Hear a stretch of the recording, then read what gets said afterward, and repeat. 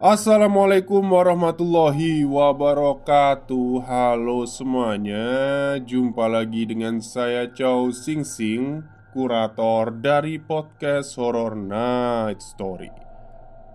Halo, apa kabar semuanya? Semoga kalian semua sehat-sehat ya.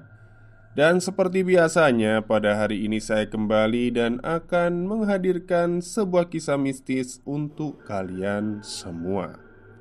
Kisah mistis kali ini saya datangkan dari desa saya sendiri dan bernarasumber dari RT sebelah ya. Sebut saja namanya Cak Soleh. Oke, daripada kita berlama-lama, mari kita simak ceritanya ya. Jadi saat ini sudah 2 minggu yang lalu eh, terjadi pembangunan di desa saya. Maksudnya khususnya di daerah pemakaman ya. Nah, daerah pemakaman itu kenapa dibangun? Itu karena warga di yang di gang sebelah itu ngawur gitu. Itu kan harusnya tanah milik orang mati ya, tanah wakaf. Tapi karena nggak ada pagernya, mereka gunakan untuk berbisnis lah. Intinya kayak gitu. Ada yang bikin kolam lele di situ, terus ada yang berkebun, jualan kembang-kembang. Nah itu kan harusnya nggak boleh. Akhirnya dirapatin lah di RT itu tadi, termasuk RT sini ya, RT-nya ayah saya sendiri. Para RT ini rapat sama RW-nya satu. Gimana kalau kita pagerin aja tuh makam biar warga itu nggak ngawur makainya. Oke, setuju. Akhirnya mereka nembusin Pak Lurah. Setelah nembusin Pak Lurah mengusahakan untuk mencarikan dana untuk pembangunan pagar itu tadi. Dan singkat cerita berhasil. Pembangunan dimulai 2 minggu yang lalu. Sampai sekarang belum selesai sih sebenarnya. Ya kurang dikit lah. Ini kejadiannya sekitar semingguan yang lalu ya, tapi ya ada seorang tukang dan waktu itu udah hampir maghrib ya, masih lanjut kerja. Ada seorang tukang yang tiba-tiba saat bekerja itu diem aja. Kayak badannya itu kaku gitu ya. Diem aja. Nah orang-orang kan mungkin ngiranya kesurupan tiang listrik atau apa gitu kan. Ya kayak diem aja gitu, kaku gitu.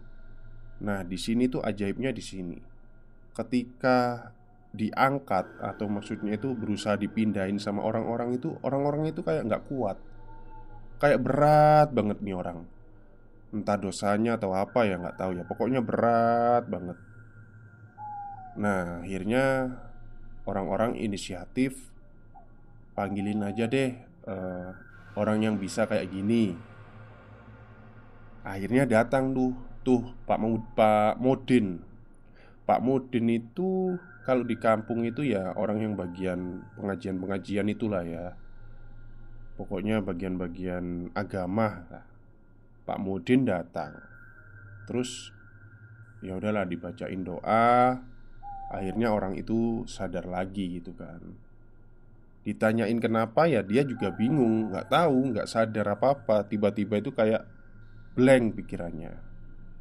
Ya itu tadi mungkin orang-orang mikirnya kesurupan tiang listrik atau apa, kayak kaku gitu.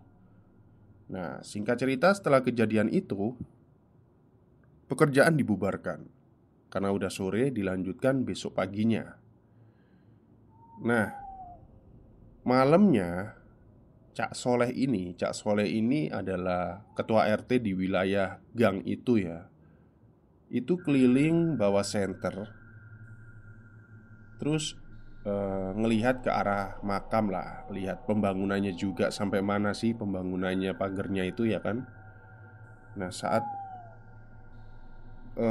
nyentrong, kok nyentrong apa ya, nyinari lah ya, nyinari daerah makam. Itu ada sosok putih yang awalnya dikira Cak Soleh itu adalah karung kapur. Putih kan karung kapur itu ya. Tapi kok gerak-gerak gitu kan. Disentrong terus. Ternyata berdiri. Setelah berdiri, ngadep ke Cak Soleh. Ya udahlah, tahu kan maksud saya, pasti pocongan lah ya. Nah setelah lihat itu, Cak Soleh itu langsung lari kan.